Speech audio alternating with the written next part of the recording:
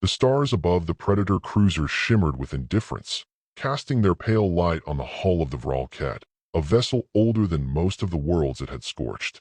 Inside, silence dominated the command deck, except for the low hum of alien machinery and the rhythmic pulse of the life readouts on the central display. Commander Warartal stood still, eyes fixed on the bluish globe that hovered in the center of the tactical holomap, Earth. "It spins like any other," he muttered, his voice a gravelly rasp that echoed through the chamber. "So why does it scream?" No one answered. His elite guard, 7 in total, remained motionless behind him. Warriors bred not just for battle, but for obedience. It was a question he hadn't asked for them. It was for himself. For cycles beyond count, the Predators, known to themselves as the Kural, had swept across the stars, extinguishing resistance and reshaping civilizations beneath their booted claws. Apex. That was the word engraved in their philosophy, their language, their bones. They were the highest form of evolution. All other species were catalogued, studied, and then broken. Some worlds burned. Others were turned into game preserves for sport. Earth, by all accounts, should have been neither a challenge nor an interest. But the transmissions had told a different story. 3 months ago, a Kural scout ship monitoring a contested exosphere intercepted open-band frequencies. Human footage, raw, unfiltered, violent, slipped past their filters. What began as idle curiosity turned to fascination and then to caution. What they saw were not beasts driven by instinct. These creatures killed with logic. They fought with coordinated fury, a choreography of steel and fire the likes of which the Kural had never encountered. Warartal had watched one particular sequence dozens of times. A city engulfed in ash and flame, swarming with human soldiers in armor that pulsed with electric nerve signals. Their drones were silent wings of death. Their tanks moved like mechanical beasts. Their leaders barked orders into devices, guiding entire armies like puppeteers of chaos. A 10-minute reel, clipped together from what humans called war footage, had somehow turned into the most viewed recording in the Kural War Network's history. He dismissed it as propaganda at first. Then his intelligence analysts confirmed the locations. Real battles, real outcomes, real efficiency. It had forced a reassessment. Now, 3 days away from orbital descent, the Vralket drifted silently on the edge of Earth's magnetosphere, its cloaking matrix hiding its shape from the planet's gaze. It waited, observed. Beside Warartal, Sub-Commander Kell stirred, breaking the silence. "Your expression concerns me, Commander. We have exterminated more sophisticated worlds." "Sophistication is not the same as danger," Warartal said. "These creatures bleed, yes, but they bleed like volcanoes, slow, until they rupture." Kell hissed in amusement. "They bicker among themselves. They have no united military caste, no centralized mind link. A fractured planet.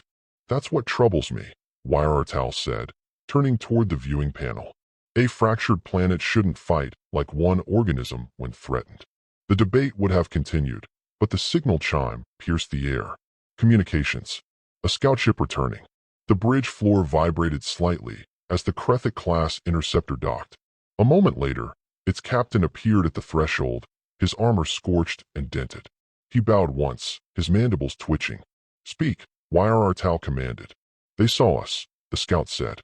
Silence descended again. Even Kell's amusement evaporated. "How?" Warartal asked, voice flat. "Drone strike. Precision level.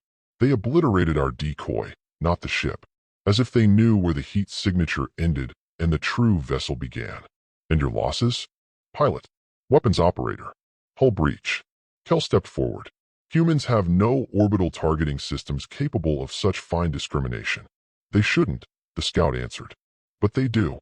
The weight of the words settled over them like planetary gravity. Warartal turned away, hands clasped behind his back. Through the viewing panel, Earth remained indifferent, rotating slowly. "Send down a testing legion," he said at last. "No more observations. We provoke and see the counterstrike. No weapons, just shock infantry. If they falter, we erase their cities." "And if they don't?" Kell asked quietly. Warartal didn't answer. 3 hours later, in the low orbit beneath cloud cover, 100 Kural foot soldiers dropped silently into the outskirts of a human war zone. Someplace called Nizhnevartovsk, a city unfamiliar to most of the commanders, but one flagged in the data as a site of frequent human conflict. The Kural formed ranks in minutes. Their biomechanical suits shimmered with active camouflage. Their weapons hummed with plasma charge. As per command, they did not fire first. They didn't need to. The humans came before the Kural could position completely, emerging from cover like ghosts with rifles. The first Kural fell not from a bullet, but from a drone that dropped a micromissile into its breathing duct. The rest turned to fire, but the humans had already vanished. Tactical vanishing, smoke grenades, counteractive jammers. The battlefield became an illusion of movement and silence. By the 5th minute, the Kural had lost 23 soldiers. By the 9th, 60. They never saw a full human formation. YRR watched the live telemetry from the bridge. His hands tightened behind his back, claws sinking into his palm. He did not speak. The footage was coordinated madness, not the product of hive minds or psychic networks, but of practiced chaos. Human units responded to battlefield shifts with instinctive precision, taking risks no Kural would ever calculate into a maneuver. At minute 10, the remaining soldiers sent a distress pulse, screaming across subspace for extraction. It never reached them. The humans jammed it. YRR gave the order to abort. The test was over. He stood long after the others had left the bridge, staring down at the earth. It hadn't changed. It still spun slowly, still wore its clouds like armor, still glowed with the soft blue of a planet at peace. But he knew now. It was a lie. He recalled the footage that had haunted him most, a human soldier, wounded, dragging himself forward with one arm, firing with the other, screaming something guttural. Behind him, a burning tank. Ahead of him, 3 alien bodies. He had won. Alone. That image, that fury, would not leave his mind. They had always believed the apex predator stood at the top because it was the strongest. But Earth was teaching them something different. The apex was not the one who never bled. It was the one who crawled through blood, teeth clenched, and kept fighting anyway. In the depths of the Predator command vessel, the air carried the scent of ionized metal and silent tension. YRR stood at the center of the council chamber, a stark amphitheater carved from obsidian alloys harvested in dead systems. High-ranking Kural officers surrounded him, their luminous eyes flickering like dying stars. The 10-minute footage now looped silently on the central hollow dais, a human battlefield spinning with orchestrated violence, shot from both drone and helmet cams. It was a symphony of brutality, and not one of them could look away. "Freeze it," YRR said. The image halted. A squad of human soldiers moved in perfect formation, their outlines faintly highlighted in HUD interface markers. One of them signaled with a raised hand. Without words, the rest vanished behind cover, armor glittering under debris light. Kel, standing across the dais, hissed low. No communications. No visible link. How do they synchronize so precisely? They don't rely on perfection, YRR murmured. They rely on adaptation. Instinct tethered to discipline. Several of the council stirred in discomfort. Pride made them uneasy with words that praised prey. Pride had gotten many of them killed on the surface. Their casualties? One commander asked, his tone sharp. Statistically high, YRR said. Yet they embrace it. Their dead become rallying points, not deterrents. Look, this one loses an arm, continues to lead. This one burns alive. Others take his place instantly, no panic. This is not war. It is devotion. Across the chamber, strategist Jarnax leaned forward, her elongated head crowned with neural glyphs. We underestimated them because they devour themselves. Their species has known more war than any we've encountered. That should have made them weak, Kel growled. Divided? No, YRR said. It made them ancient students of violence. And now they teach. The chamber dimmed as the feed ended. The silence wasn't contemplative, it was suffocating. Their kind had not tasted fear in 1,000 cycles. Now it crept under their carapaces like ice. The emergency beacon from the surface hadn't simply failed. It had been dissected, inverted, and rerouted, broadcasting a taunting echo in their own frequency. Humans had not only countered their technology, they had hijacked it mid-engagement.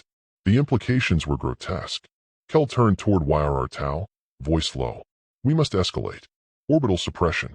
End this before the infection spreads. YRR looked at him. We cannot cleanse what we do not understand. Burn this world, and we prove them right. We fear what they are. What they are is dangerous, Kel snapped. And they do not know us either. They haven't seen what we can do. A voice broke the tension. A younger warrior, tactician by rank, barely out of his first campaign cycle. His name was Vekthal. His mandibles clicked nervously before he spoke. I watched one of their transmissions, he said. They call it live fire training. They simulate death. They build cities to destroy them. They train on weapons meant to kill thousands. They turn pain into procedure. Several of the older officers sneered. But YRR didn't. What did you learn, Vekthal? He asked, not unkindly. The young tactician hesitated, then said, They do not need peace. Only purpose. A beat passed. YRR stepped back from the dais, nodding once. Prepare the footage for full tactical analysis. No embellishment. Raw. Then send it to every command ship within this quadrant. If they still believe Earth is a target of opportunity, let them know we faced this with open claws and bled. Is this our withdrawal, Commander? Kel asked, incredulous. This is our education, YRR said. And theirs. Hours passed. The War Council adjourned, dispersed across the ship like dust in stormwind. In the darkness of the observation chamber, YRR remained. Alone, his gaze locked on the silent Earth. Clouds swirled over continents. Storm systems stretched across oceans like claws. He remembered his first conquest, a crystalline world, its inhabitants elegant and telepathic. They had offered no resistance. Their minds cracked like porcelain under the force of the Kyril War song. He had felt powerful then, inevitable. But this? Earth was not elegance. It was chaos sculpted into doctrine. Fire given hands. Its people did not bend. They broke, then rose again sharper. On the surface, the human war theater expanded. The Kyril survivors had been extracted, what few remained. Their armor, once invincible, now sat in sterilized chambers under decontamination. Plasma scorches, kinetic punctures, internal combustion residues. The humans had not only fought, they had studied the Kyril in real time, adapted mid-battle, exploited vulnerabilities with terrifying efficiency. In the human command center, far below orbit, General Elena Vasquez paced beside a bank of hollow terminals. Her dark uniform bore the insignia of Unified Earth Command, and her left hand twitched with residual tremors, a gift from her last tour. She stopped beside her aide, a wiry analyst named Prentice. Still no comms from the other side? She asked. They tried 3 distinct signal paths, Prentice said. We hijacked all 3, fed them our training simulations. Elena raised an eyebrow. So they saw curated footage? No, Prentice said, a hint of a smile playing at his lips. We gave them the real stuff. Good, she said. Let them see who we are. She turned toward the screen. It showed satellite views of the Kyril fleet still in low orbit, hovering like vultures over Carrion. Except this prey had teeth and memory. They'll think twice, Prentice said. No, Elena murmured. They'll think better. That's more dangerous. Outside the war room, beyond the curvature of the planet, the Kyril fleet sat in stillness. Some captains debated immediate retaliation. Others argued for observation. None could agree on the next move. That hesitation was new. YRR sat alone in his quarters, meditating over the central console. His armor rested on the stand behind him, scarred but unbowed. In his hands, he held a single frame from the footage, a human woman, face dirted, eyes sharp, holding the line with nothing but a sidearm and a snarl. Around her lay ruin. But she stood. They had called her species prey. But prey did not teach war to gods. He leaned forward and spoke a single command. Record, log theta. A red light blinked. Contact with the human species has altered our strategic doctrine. Their warfare exceeds predicted threat parameters. Recommend containment, observation, and reassessment. Immediate annihilation is unwise. Full-scale engagement without reformed doctrine may result in irreversible loss of Kyril superiority. He paused. And log. The chamber dimmed again. Somewhere in the belly of the human base, an alert pinged, brief, flickering. A signal, faint, buried in layers of camouflage. Someone, somewhere, had just replied. The war wasn't over, but the rules were already rewritten. Aboard the Kyril dreadnought Vectran, Silence had transformed from tactical protocol into a shared dread. The stars outside no longer glittered with imperial promise. They blinked like watching eyes. In the command chamber, Artal stood before the planetary holomap of Earth, observing a patch of terrain that had become legend within hours. Sector 9 Delta. Human designation, Black Sun Valley. He replayed the footage one last time. The screams were cut, the chaos preserved. Flames danced around grounded dropcrafts. Tactical drones fell from the sky like insects. And in the haze, figures moved. Human soldiers, running toward fire, not from it. Adaptive, fearless, efficient in madness. A low alert hummed behind him. Jarnax entered, her gait tight, armored robes swaying like a dying pendulum. She carried a data crystal embedded with the latest cross-species analytics. Without speaking, she placed it on the dais. It's confirmed, she said. They're not using a single command hierarchy. They're fragmenting roles mid-battle, decentralizing control. Artal didn't respond. He already knew. They're improvising doctrine, she continued, her voice tight with disbelief. On the battlefield, in real time, their individual units operate on partial autonomy with shared mission parameters. Like a hive, but flexible. That is what makes them lethal, Artal replied. A machine reacts. A Kirill predicts. But humans respond. Instinct woven with creativity. A long silence stretched between them. Finally, Jarnax asked the question echoing through every deck of the fleet. What do we do, Commander? Artal turned away from the screen and looked at her, truly looked.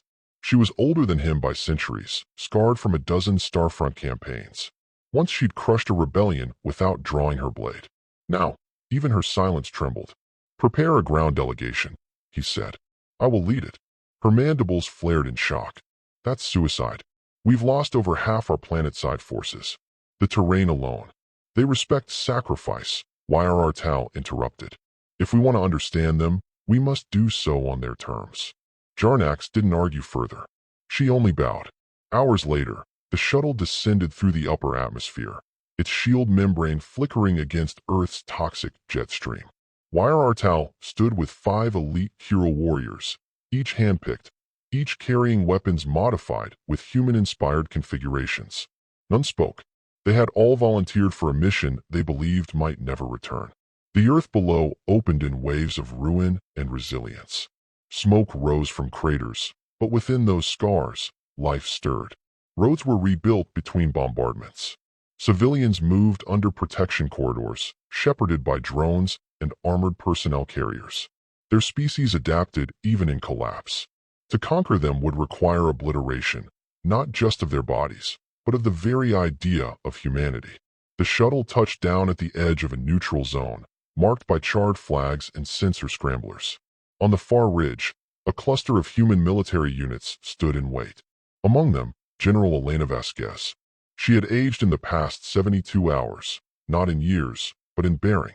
She stood beside a command rover, helmet off, hair tied back, sidearm holstered. A diplomat in warrior's skin. Artal stepped forward first, claws open, weapons holstered. He moved slowly, deliberately, and bowed. Elena nodded once.